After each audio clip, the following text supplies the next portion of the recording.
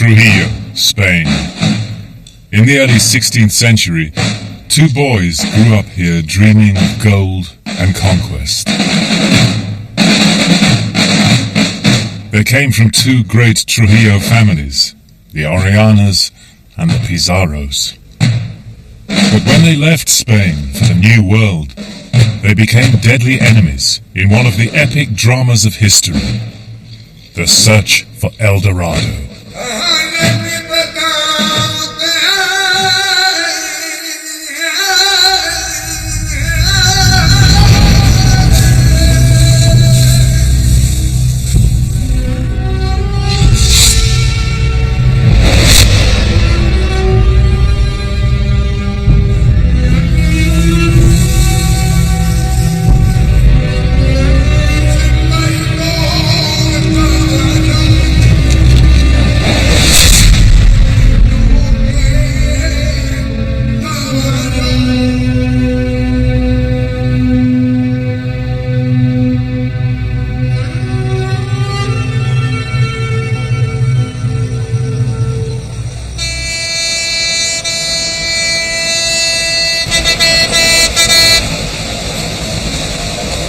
This is the old route from the Pacific up to Quito in Ecuador. In the 1530s and 40s, it was travelled by adventurers and conquistadors, all hoping for riches beyond their dreams. Even at the time, there were those among the Spanish conquerors who realized the immense historical significance of the fall of the New World. These are the greatest events, wrote one of them, since the beginning of the world. And the most cataclysmic of them took place in just a few years. 1520s, the fall of the Aztecs, and then the fall of Peru in the 1530s. And then the story shifts here to Ecuador, as thousands of Europeans flood into the continent, seeking new lands of gold. Among them was a Spanish captain called Francisco Orellana. A veteran of the Inca Wars, Orellana was to be the hero of one of the most amazing journeys of exploration. Early in 1541, he came here to Quito. The old northern capital of the Incas, Quito was now a Spanish frontier town. Orellana had come to find his cousin, the new governor, Gonzalo Pizarro. Handsome and cruel, Gonzalo was in his early 30s now, the greatest warrior in the New World.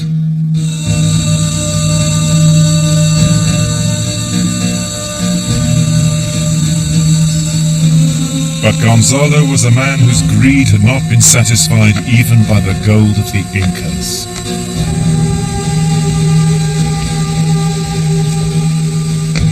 Only 4 years after the fall of Peru, Pizarro was dreaming of new conquests. From the rooftops of his palace in Quito, he could see the Andes rising to the east.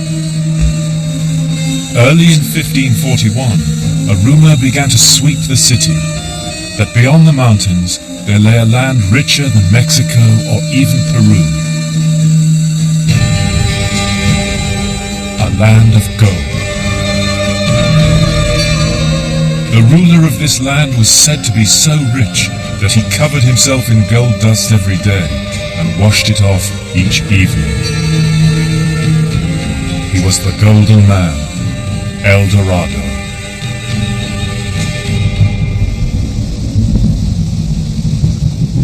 I was fascinated, said Pizarro, and I determined to discover that land and to conquer it. And we set out to follow him. We took an expedition doctor with us, John Colley. It's above 10,000 that you get altitude sickness, potentially, so where are we at now? Yeah, we're coming up to 12,000 feet here. All through these campaigns, they had to operate at high altitude. They developed this kind of thick, quilted cotton armor for fighting in the tropics, because you're dead on the equator here. Yeah. But you come up to this altitude and you're well, in serious trouble. Sure.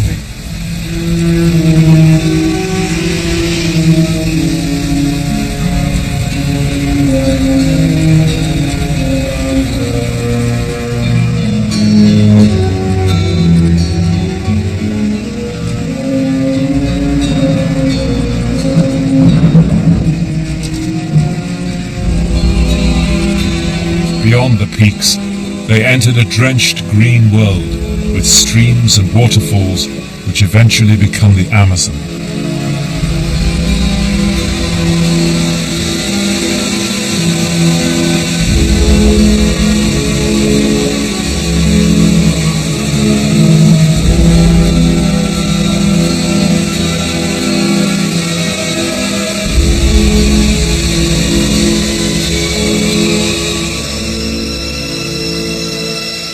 They might as well have been wanderers on the surface of an alien planet.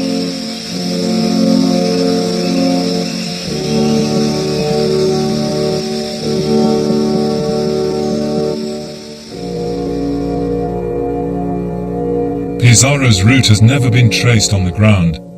We know that for the first few months he explored in a vast circle eastwards. But when his cousin Orellana joined him, they set off from their camp near Baeza, northwards to the river Coca. Whoa! Okay. Yeah. Jesus Christ. How many people did Pizarro bring down here? It's quite slippery here. Yeah. Be careful. The horse is with us. Yep. Good.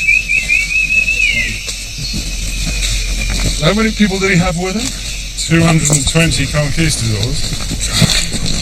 4,000 native bearers. Yeah.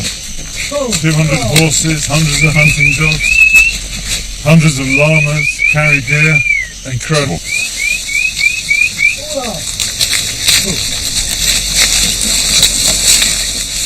To Pizarro's alarm, his vast army of native bearers was rapidly wasting away. Spanish had 4,000 native bearers with them from the highlands, but they all died by the time they reached the plains. The history books say it's just that there were highland people who came down here and couldn't cope. Why should 4,000 have died, do you think? Was it malaria? Well, not malaria. That was something that the Spanish brought over with them. Of course, they had all these other infectious diseases that they brought along, like measles and smallpox and so forth. But these big waves of epidemics would have been through already before this expedition set off. So I wonder if there was something else. We should ask Delphine. He's the expert. Starvation, I think. Yeah. Delphine. El ejército de Gonzalo Pizarro. Our guide, Delphine, was a man who knows how to survive in the forest. 4,000 runa. ¿Es posible en la selva de buscar la comida? I don't think it's possible to find that much food for that many people, because you can't always rely on the jungle to provide you with food or fruit. I think it would be impossible to kill them. Impossible. Starvation. You can imagine, trying to sort of find food in this kind of area for sort of all that huge number of people. So the 4,000 Indians basically were started there. Yeah, presumably they'd be the bottom of the feeding, the food chain as well, just sort of, and basically left to fend for themselves as things got really tough.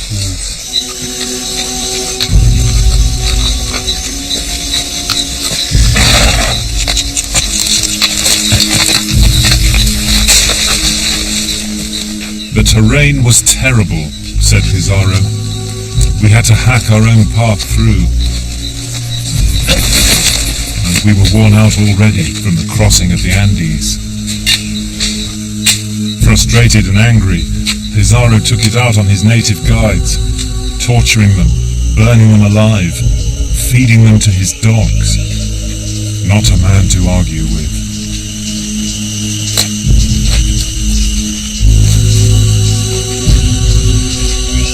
Food was a growing problem, even for the Spaniards. In the end, says Pizarro, we were forced to eat the buds of a plant like a vine stalk. Only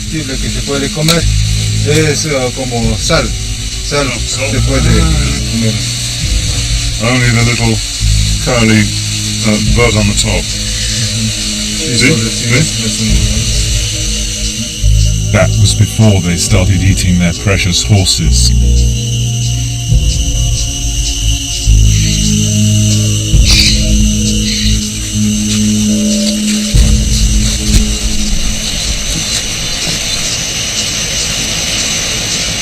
At last, we reached the first landmark described by the Spanish.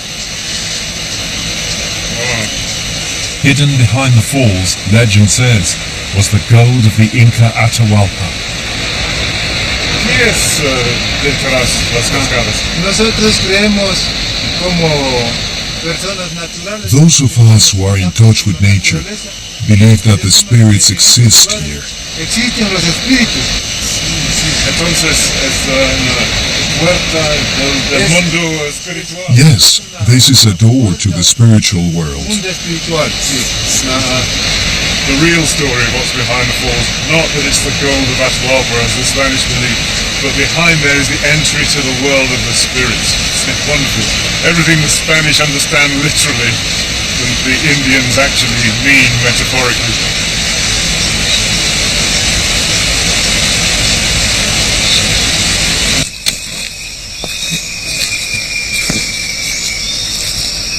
And so we pushed on through thick forest, Pizarro says, hacking with axes and machetes.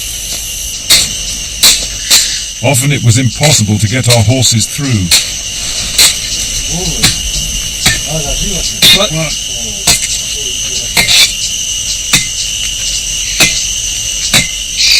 See what an effort it is just to hack a path through virgin forest. You're lucky if you do a mile or two each day. Imagine what this was like for hundreds of people and all their baggage and their animals trying to get their way through this. It just doesn't bear thinking about.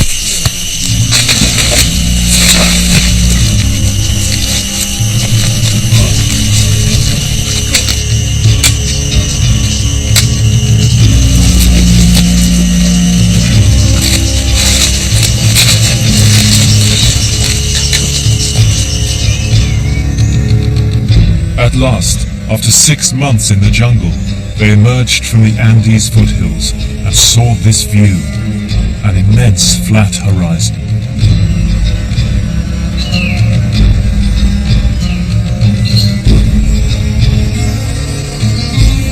Even with their limited knowledge, they must have known this stretched all the way to the Atlantic. But how far was that, and what lay in between?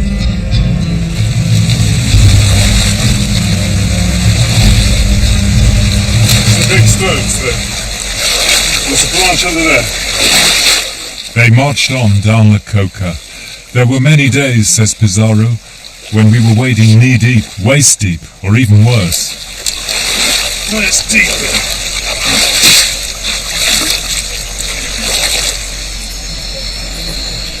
there. And still no sign of El Dorado.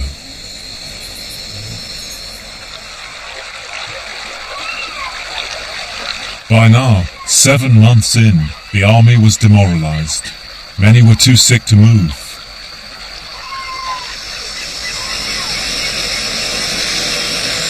Though he hid it from his men, Pizarro was desperate. Orellana now tried to persuade him to turn back, but Pizarro wouldn't give up his quest.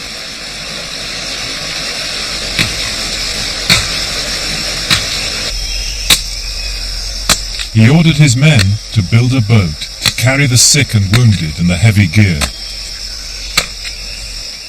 It took his starving troops a month to make, smelting their horseshoes to forge the nails.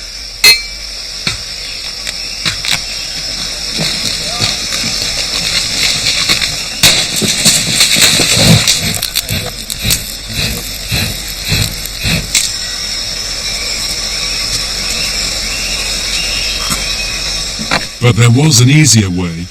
Using renewable balsa wood, we made a traditional raft with hardwood nails and ropes of bark. With this, we hoped to follow Pizarro down the Coca to the River Napo.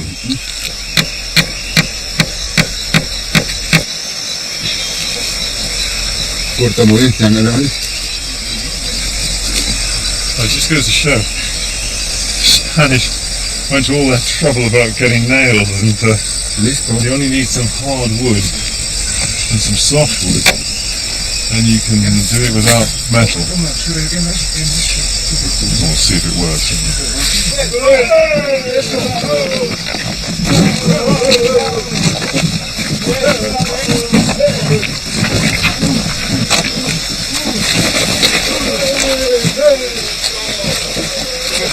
It's our brigantine. I don't think we'll do the full 3,000 miles on that though. Don't mind.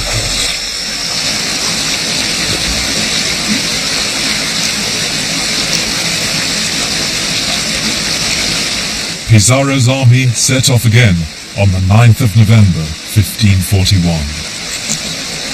Of the beauties of the landscape around them, there's no mention in his account. This is what you never read in the history books. You never feel this sense of this immense forest stretching for 2,000 or more miles, this immense blue sky, this great river.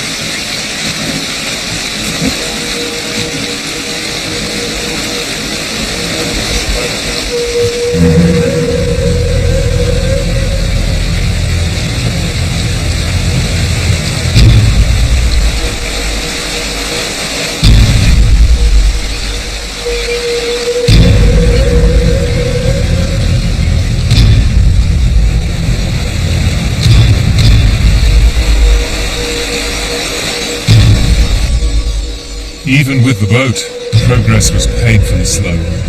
They could still only go as fast as the army trudging along the bank.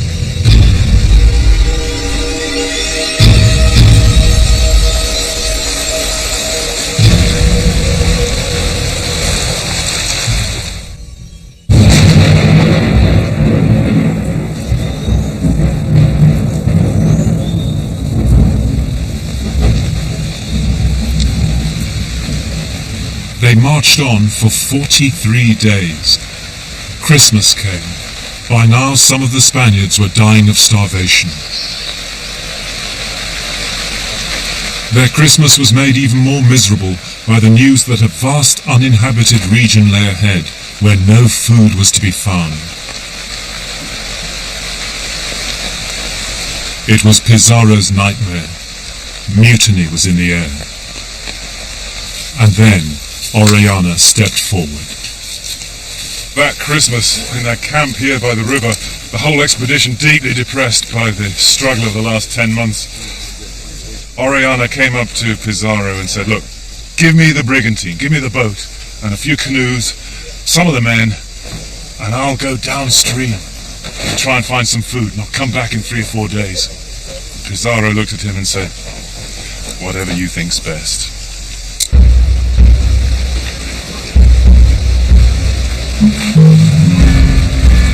Orellana left next day with 57 men.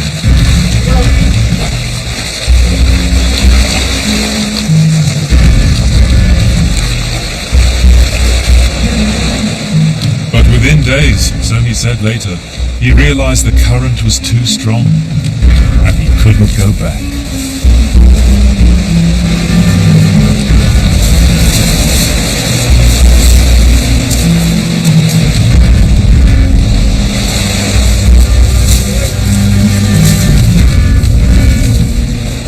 So we chose what seemed to us the lesser of two evils, Orellana said. Trusting to God, we'd go on and follow the river, and either die or see what marvels lay ahead.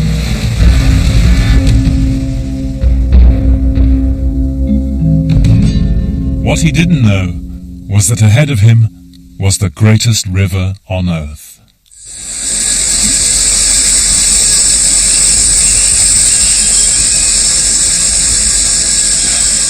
The first few days, they passed through an empty landscape, chewing their boots to stay alive.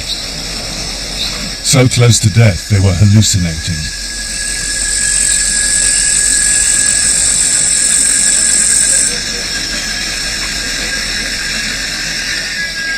Then, on Monday evening, the 8th of January, they heard drums. Oriana landed and nervously went into the forest. They were the first Europeans to walk in the interior of Amazonia. You might be asleep. I don't think they're staying home right now. They got their boots. The boots are here. So they're obviously, everybody's closed up. Alim Kumche. Muchishi. Over here.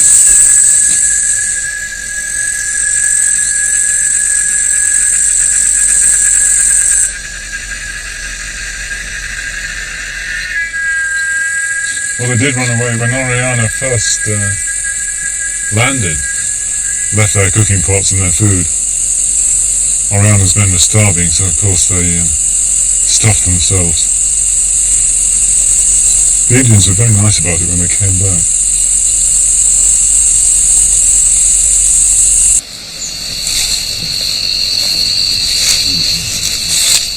The man's name was Tapui, Nelson Tapui. He farmed here with his family, pretty much cut off from the outside world. Su mamá. Sí, bien nomás. Sí. ¿Y a qué habíamos conducido? Sí, mi esposa. Sí, sí. ¿Usted habla quichua? Yo sé. He spoke Quechua, the Inca language. A ver si le... Alim. Noka kani Inglaterra, manda. Uñoga caña puto mayo manda. Oh, you have to talk slower. Dios pagarachu. And language would be the key to Oriana's survival. Uñoga caña puto mayo manda.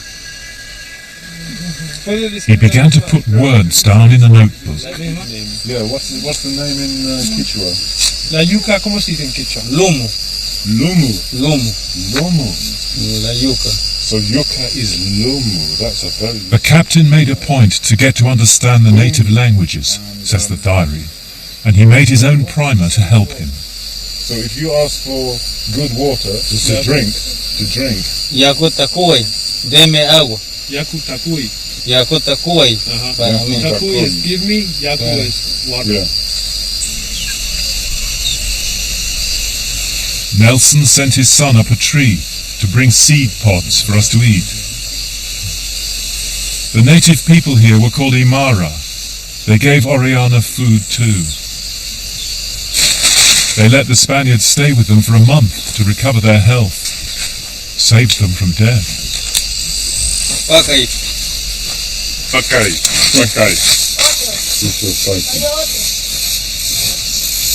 Can I open? Okay. Dios pagarachu. Wow, delicious.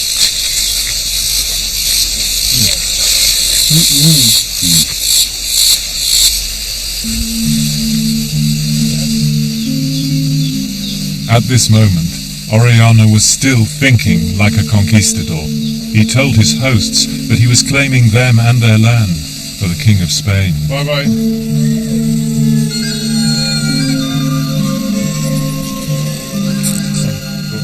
But maybe a change was beginning to take place in his mind. For kind treatment of the Indians, he said now, was the right way to follow.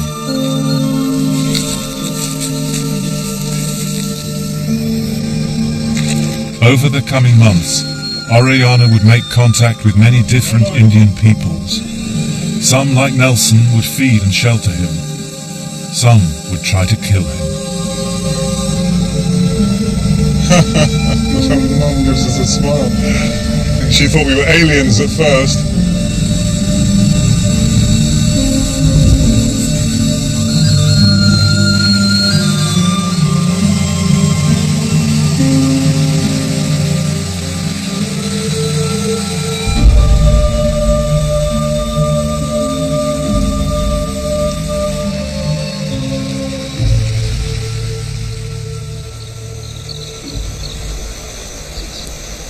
Back upriver, Pizarro was waiting for Oriana to return, his men now dying around him.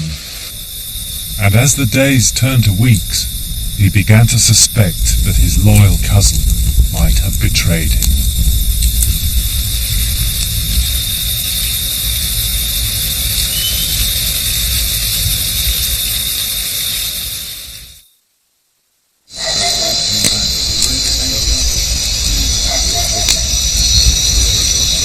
Oriana's encounter with the Imara had offered hope of survival. Now he and his men decided to get their story straight. They appointed a scribe to put down on paper why they deserted Pizarro. And each and every one of them put his name to it. We've travelled 200 leagues through savage jungles, they said. We've all seen it with our own eyes. We felt constant fear of losing our lives because of suffering and hunger. How much more danger and death would there be were we to turn back now? Therefore we all beg you, they say to Oriana, not to ask us to do this. And we ask our scribe to write it down, that we are all willing to follow you by any other route to save our lives, but not to turn back.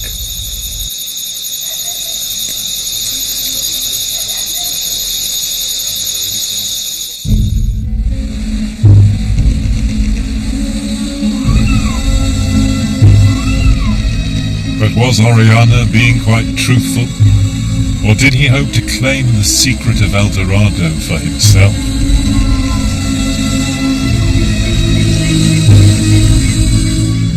We continued on his track, down the Coca to its junction with the Napo.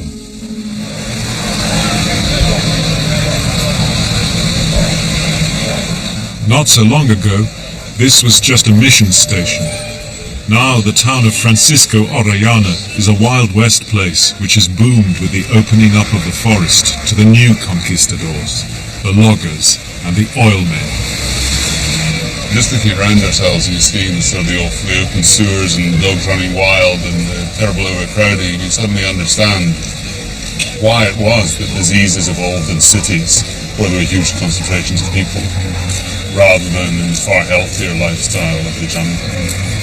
This is, I suppose, second conquista, isn't it? You know, first they came looking for gold in El Dorado, and now the forests have been plundered. They've had their rubber, and now it's the hardwoods and it's black gold oil.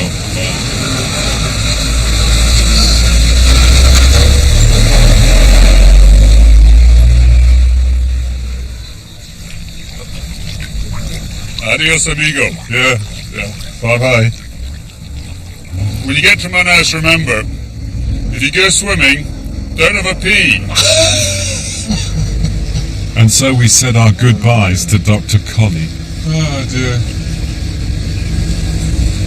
Our next leg would take us down the Napo, the Conquistadors' River of Cinnamon. Here's to the River Napo.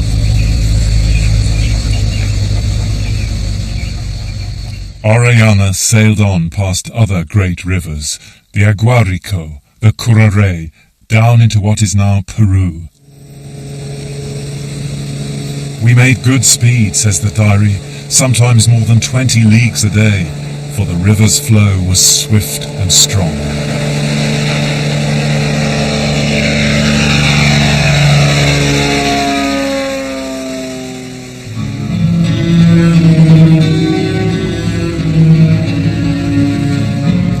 Oriana was now on one of the main tributaries of the Amazon, heading east through a vast fluid wilderness. From the air, it's a bewildering maze.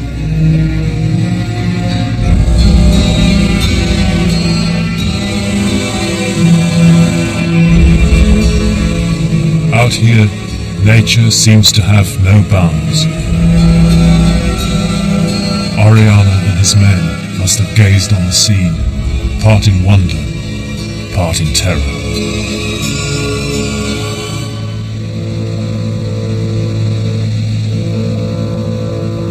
A few days later, they came to a gigantic confluence, the Napo and the Marañón, the beginning of the Amazon proper.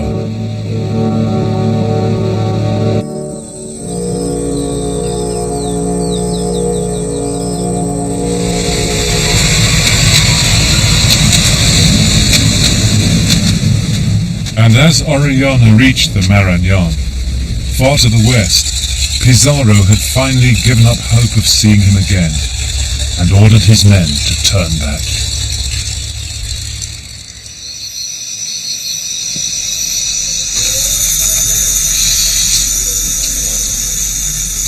There's a shift now in the tone of the expedition diary kept by the priest, Father Carvajal.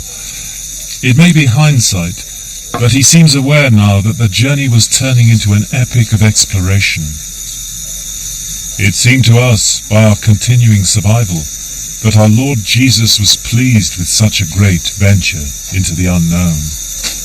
For such a feat of discovery surely might not otherwise have taken place for many centuries into the future.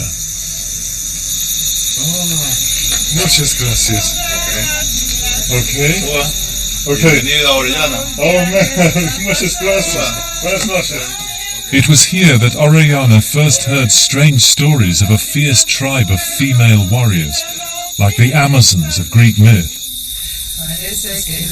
His contemporaries never believed him, but he always swore the tale was true.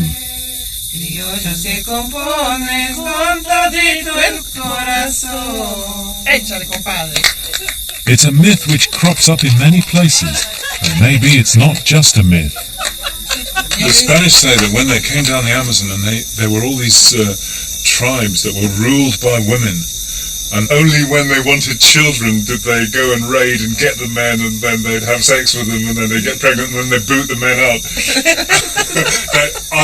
Are there still, can you still find women like this on the Amazon? Dominant. Yes, there are women who are dominant. Of course. Aquí también hay mujeres dominantes. Yes, there are women who have power over the men. Golpe, sí.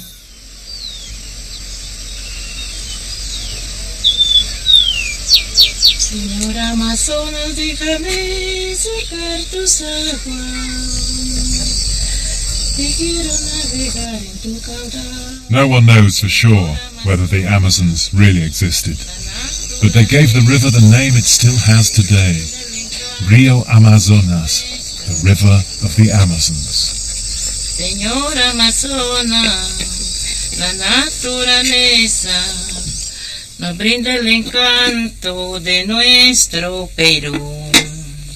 Tus monarcas, Señor de los ríos, que descubren nevadas sin fin.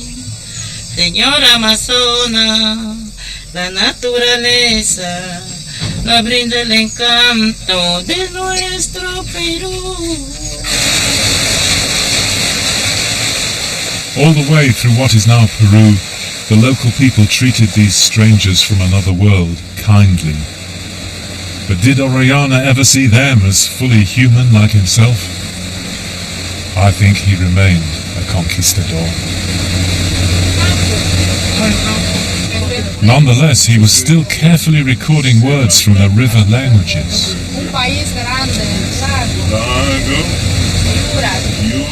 Next to God, says the diary, the captain's understanding of the native languages was the deciding factor in saving us all from death.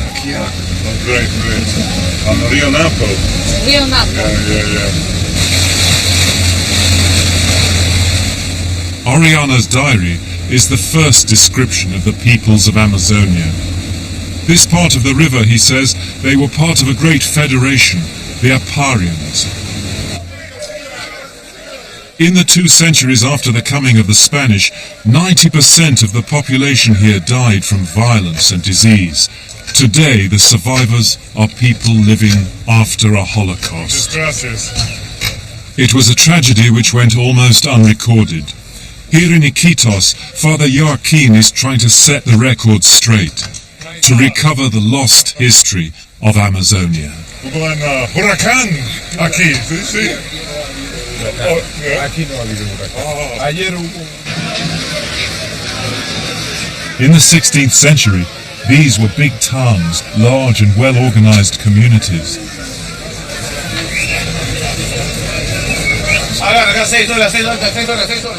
So maybe what you see now is a distant reminder of what Orellana saw. I have studied the case of Orellana for a long time, and I concluded that Orellana met a huge diversity of peoples here. We wondered what happened to all these people. We reckon there were over 6 million in the whole of Amazonia. The Spaniards were amazed by the natural produce of the forest and the river, the huge quantities of fish of every kind, parrots, turtles as large as leather shields. Sí, esto es la carachama. Es un pescado prehistórico que sobrevive incluso fuera del agua durante mucho tiempo, ¿no? In his library, Father Joaquin has a copy of the original diary. Right. Él es el cronista que acompaña la expedición de Francisco de Orellana. This is the hand. This is the handwriting of Carvajal. La letra manual que escribió Fray Gaspar de... This account was written by Friar Gaspar de Carvajal, a friar of the Order of Dominicans, of the voyage of discovery down the great and famous river, que descubrió por muy gran honra el Francisco Orellana.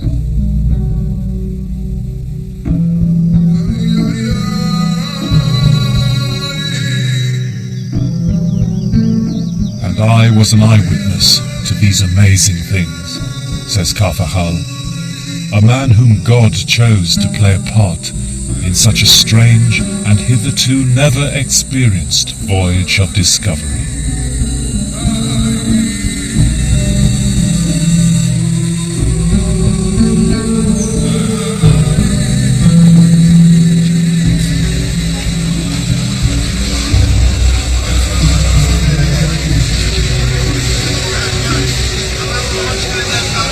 This is the next stage of our Amazon journey, the Natalia Carolina. It says, heading for Caballo Cocha today at 6 o'clock.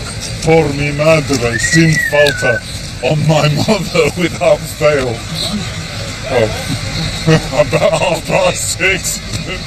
Well, this is Amazon time.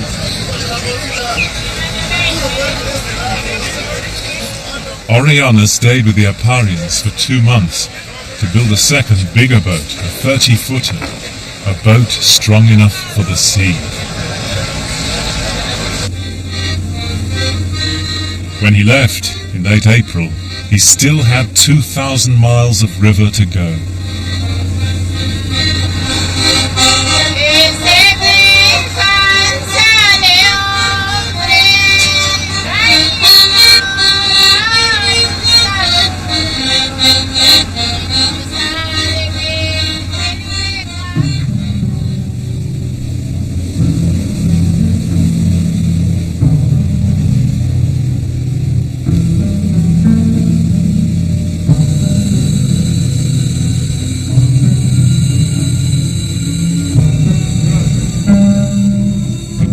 El Dorado is distant now, and for me, the voyage had begun to gather like static the history of the intervening 500 years. The later Conquistadors, like the demented Aguirre, the so-called wrath of God, the missionaries, the prospectors, and the debt raiders, they all came this way. And the clamour of history rose like the sound of the forest in the night.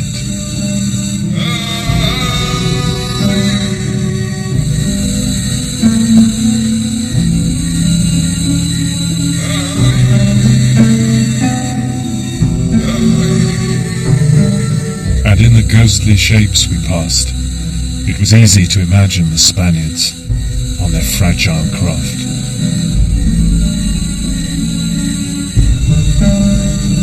What hardships, what suffering, and what extraordinary dangers we passed through, wrote Friar Carvajal. He lost an eye in one attack. The people were more hostile now.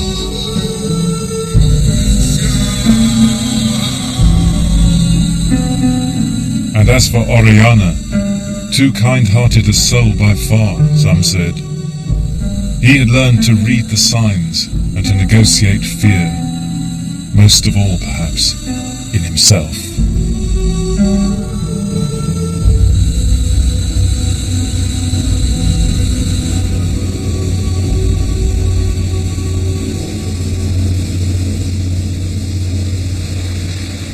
They now began to see canoes everywhere. They were approaching even richer lands. By the middle point of the river, they came past huge settlements extending for many miles without any gaps between the clusters of houses. These were large, well-organized communities with thousands of people, real high culture. They were now inside the territory of a huge native federation which stretched for hundreds of miles along the river, the Omagua. They passed so many towns that they could only remember them by giving jokey tags to people and places. Main Street, Chinatown, Viciousville, and Stupidville.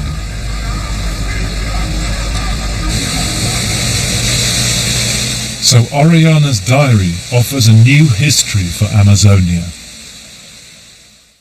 An elaborate series of ancient kingdoms, networks and alliances which had developed over thousands of years, united by the river itself.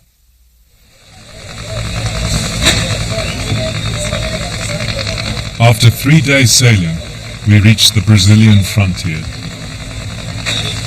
Orellana had to pass a border here too, the frontier of the Machiparo state.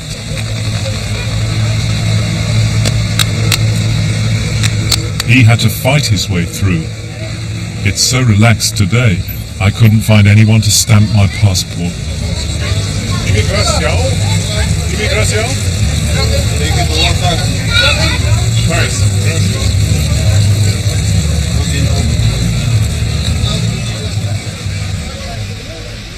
But the spectre of Gonzalo Pizarro still haunted Orellana and his men. Orellana never forgot the potential cost of crossing Gonzalo Pizarro, member of the most powerful family in the Americas. Desertion, after all, was punishable by death, and their boyhood friendship would count for very little. So he and his men, all through the journey, covered themselves. This is the second main document that they drew up, formally petitioning Orellana to be their leader, and every single member of the expedition has signed it, with loud protestations of loyalty to the governor Gonzalo Pizarro. But at this moment, they had no idea whether Pizarro was alive or dead.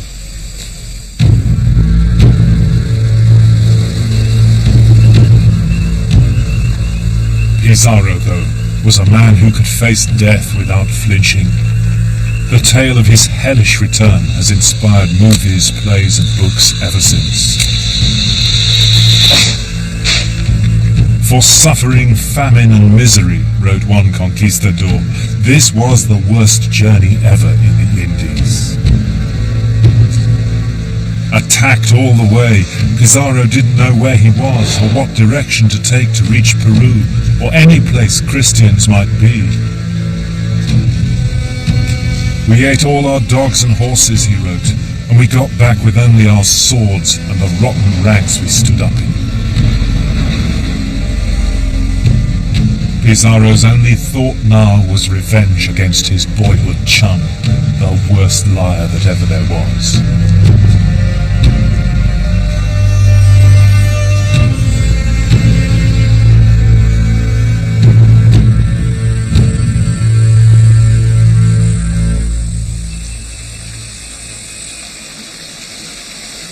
And Orellana sailed on, as amazing spectacles of nature came one after the other.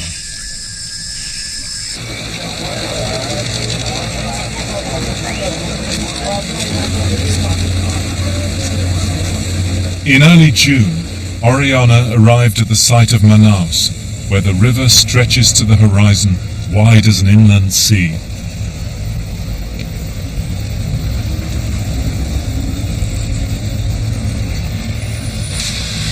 Manaus was built in the center of the rainforest, founded as a Jesuit mission in the 18th century, when the opening up of Amazonia really started. Where the opera house and the grand mansions now stand, Orellana saw huge settlements of native people lining the waterfront.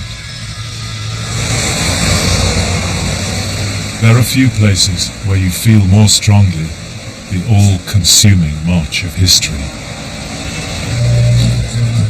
Looking centuries into the future, Orellana's diary says this: "It was our desire that, if possible, the land and its barbaric people should not have negative feelings about our first encounter, so that one day the country might be tamed for pacification and reduced to obedience to our Christian civilization." Western conception of a city was a new innovation in the Americas which came with the conquest. They require a new way of life, new laws and customs and institutions to make a new identity, to reshape humanity, if you like. They also suck in the products of the natural world, of the forest and the river, and consume them. And in that, cities like this, Manaus, represent a break in that continuum of thousands of years of life here in the Americas. There may have been 5 million indigenous people here when Orellana came through. The present population of the natives of Amazonia is 250,000, less than a quarter of this city. That's the scale of the revolution.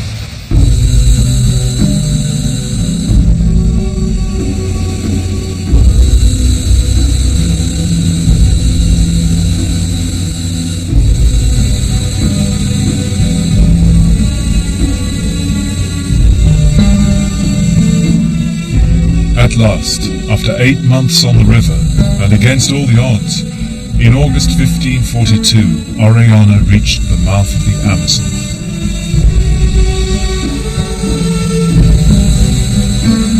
They had sailed 2,500 miles down the greatest river on earth. They had seen unknown empires and encountered lost worlds.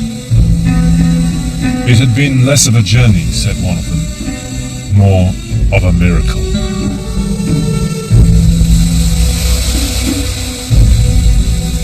But even as their makeshift boats carried the 47 survivors to safety in the Caribbean, back in Quito, Gonzalo Pizarro was petitioning the king for revenge.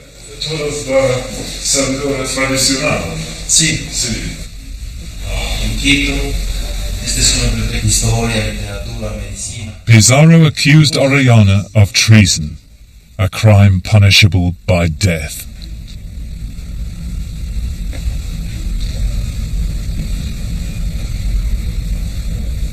Captain Orellana paid no heed to the duty that he owed your majesty, and to the well-being of the army and the whole expedition. Instead of bringing us back food, he displayed to us all the greatest cruelty that ever faithless men have shown, and is the worst traitor that ever lived. In his defense, Orellana used the documents that they'd drawn up on the river. Pizarro wasn't telling the truth. What happened was his responsibility. The fact was, we couldn't get back to him. And in the end, it was God's will that we went on to make such amazing discoveries. Pizarro never came home. He died fighting the crown for his family's empire in Peru.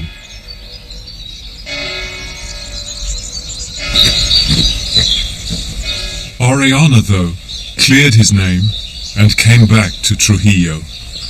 His house is still there, the garden where he and Gonzalo crossed toy swords as boys.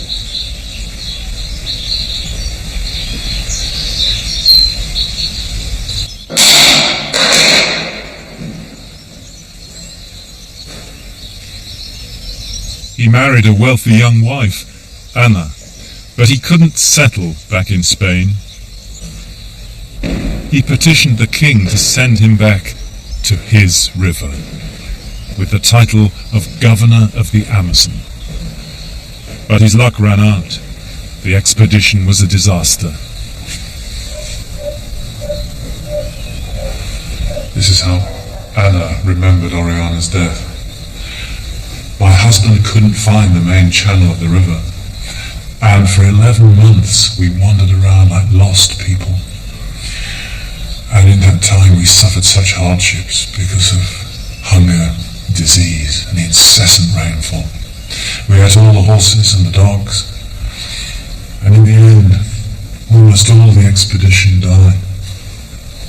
My husband among them.